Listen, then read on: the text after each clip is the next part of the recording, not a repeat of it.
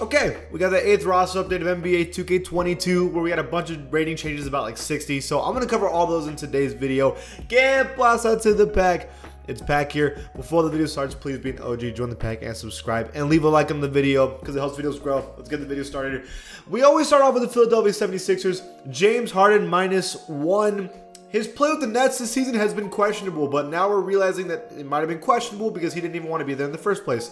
So now he's on the 76ers as a 90 overall, second fiddle to Embiid, and this is going to be a very interesting team to watch. Tobias Harris goes out +1, so you have your little big three, and Tyrese Maxey goes +1 as well. You have 4 players in the 80 overall club for the Sixers, which is huge. For the Milwaukee Bucks, one change that's pretty important is Chris Middleton going +1. Now it ties Drew Holiday as the second best player on the team again, but I think we've always known that Chris Middleton is the second best player. It's just that his start to the season was a little slow. And then their new added player, Serge Ibaka, goes +1. He's only played a little bit. He's shown to be okay. I think this is a pretty good pickup, and I think if he can show even a slight smidge of how he was before he was injured with the Clippers, that's really good. For the Chicago Bulls, DeMar DeRozan +1. Can you believe how high his rating is, bro? Like on the Spurs, he was like at 86, and here he is as a 91, and looking like an MVP candidate, to be honest with you. They're the best team in the East. It's insanity. I can't even believe it sometimes. Nikola Vucevic goes +2, making him to an 84 overall, making him the third best player on this team, which is awesome to see because he was having a slow start to the year as well. And then Ayo goes +3 from a 75 to a 78, making him tied for the 5th best player on this team and the 4th best player because Lonzo's hurt. One change for the Cavs, and it's Darius Garland +1. Wild. If you had told me Darius Garland was going to be the best player on the Cavs this season, I would not have believed you, but he's been amazing. He's an all-star. He's really fun to use in 2K as well, and he is even higher than Jared Allen, which is literally insanity, but 100% deserved. He's fantastic. Jaylen Brown goes -1, which is about fair. No change for Derek White, but Marcus Smart goes +2 from a 77 to a 79.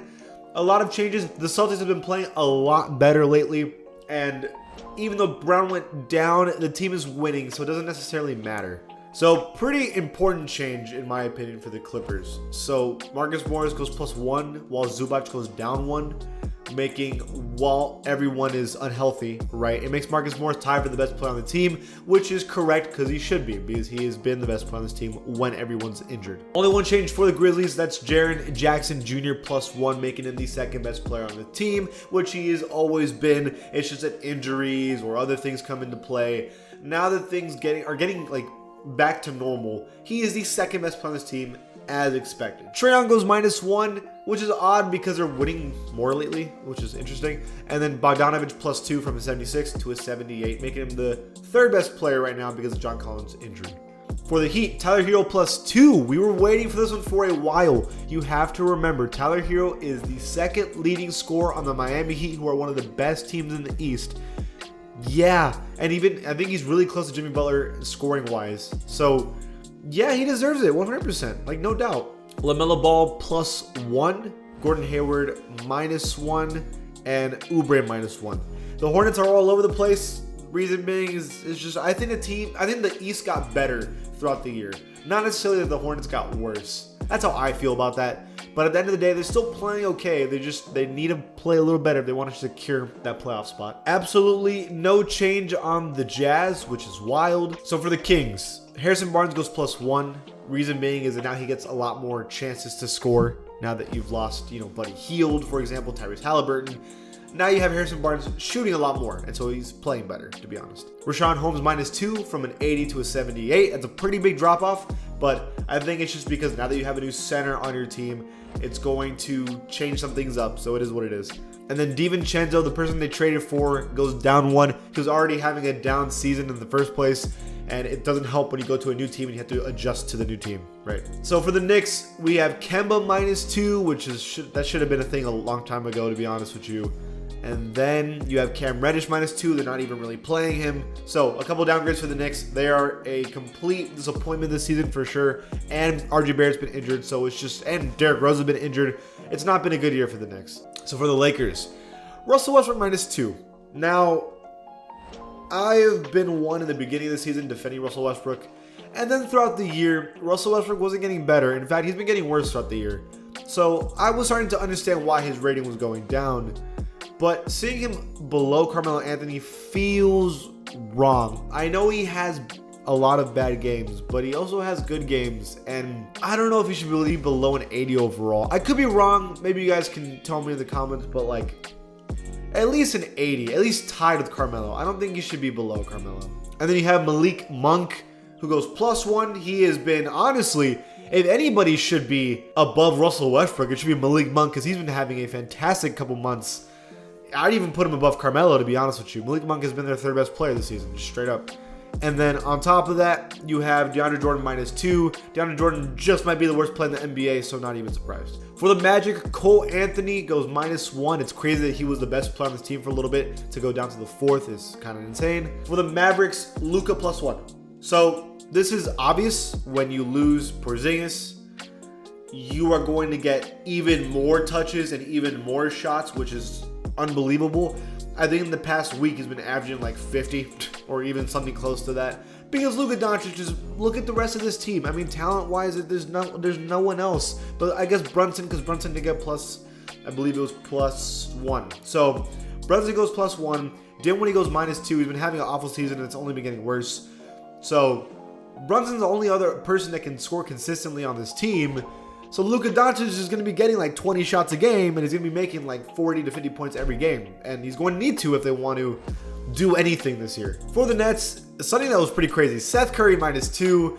Absolutely disagree. You don't downgrade someone who just got traded to a team, because they just got to the team. Like, give him a chance. And in fact, he's been playing well anyways. So I disagree 100% with that. Nicholas Claxton goes +1, and Blake Griffin goes +2. These are players that are getting way more chances lately because of all the injuries and all that stuff. But even more importantly is Cam Thomas +3, from a 73 to a 76. I guarantee you this, quick little rant about Cam Thomas. If Cam Thomas was, I don't know, drafted by the Magic, for example, or like the Thunder, or a team that doesn't have a lot of talent, I guarantee you Cam Thomas would be like an 80 to an 82 overall this season, and like a 19 to 20 point per game scorer, because he's really damn good. But because he's on the Brooklyn Nets, who don't give him the same chances, he doesn't get that overall, but he is fantastic. The Nuggets, pretty quickly, Monte Morris +1. He just hit that game winner yesterday. He's been pretty good. We have a lot of changes for the Pacers, so where do we start? Halliburton goes +1. I cannot believe the Kings traded him to this day. I don't care what you say. I don't care if Sabonis is an 87 overall and Tyrese is an 83. Tyrese was 21. Like, what are y'all doing? So Buddy Hield goes down 1. I don't understand that. Like, he's a bucket, and he's been playing well, so I don't understand why you would downgrade him. Makes no sense. And then a lot of the other guys. Isaiah Jackson goes +3. O'Shea Brissett goes +3. Terry Taylor goes +5. Doesn't have a face scan. Just a ton of upgrades for all these players that like weren't getting chances are now getting chances. That's all that's happening. For the Pelicans, Devontae Graham +1. He's starting to get a little better. I wish Zion wasn't injured, bro. Like, imagine this team healthy, like with Valanciunas, McCollum, Ingram, Graham, and then you have Zion. Just imagine this team. This was a playoff-bound team for sure if Zion never got hurt. A couple changes for the Pistons. So Grant -1. And we have Sadiq Bey +1. So now there's tied for the second best player, and Grant is like, they're starting to get close to like the little big three, right? Hopefully when these two go to their prime and Jeremy Grant's still good, they can keep him. Who knows? They could be pretty good. You also have Olynyk -2. I mean, to be honest, Olynyk's been getting older. It was only about time. And I never mentioned it before, but Marvin Bagley III is now on the Pistons. Whether or not he's going to do good, we'll have to wait and see. So for the Raptors, Siakam +1, making him Tyler Fred VanVleet. Fred is awesome. He's an all-star, deserved.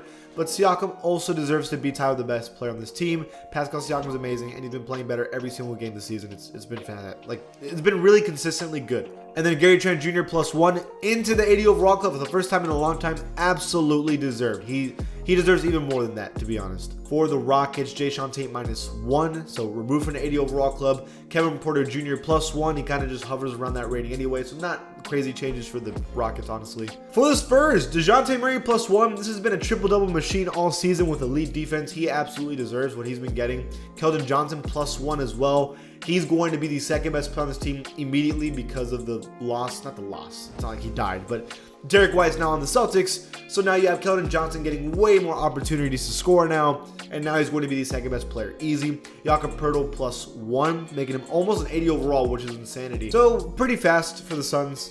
Ayton -1. He's still an 86 overall, so not a big deal. Bridges +1. That's where he was last year when they were in the finals, so he's back to that rating again. So this team is dangerous. I think I still have them maybe making the finals this season. They're really talented. So you have the Thunder with Josh Giddey going +1. This makes him the best player on the team because of injuries with the SGA. So Giddey's third in MVP voting, right? Not MVP, but Rookie of the Year voting right now. And I mean, this dude also is kind of like a triple-double machine, or at least a threat to triple-doubles every game. He can do basically everything. It's kind of impressive. For the Timberwolves, Jared Vanderbilt +1. That's pretty exciting to have 4 80 overalls on the Timberwolves. You Timberwolves fans must be pretty hyped about that because this team's a playoff team, bro. Just flat out a playoff team. That's exciting for the Wolves and Wolves fans. And on top of that, Cat's 25, Edwards is 19, Russell's 25, Vanderbilt's 22. You got this for the next 3 to 5 years. That's really hype. Blazers. I'm going to be pretty upset here for a second. So Winslow +3, sure, whatever. No Simons update, bro. How do you not go up? How? He's averaging like 22. Enough. That's ridiculous. There's no change for that. It makes no sense. We also have Trendon Watford +4, who doesn't have a face cam. Besides that, though, it's just a disrespectful rating for Simons, to be honest. Wiggins +2.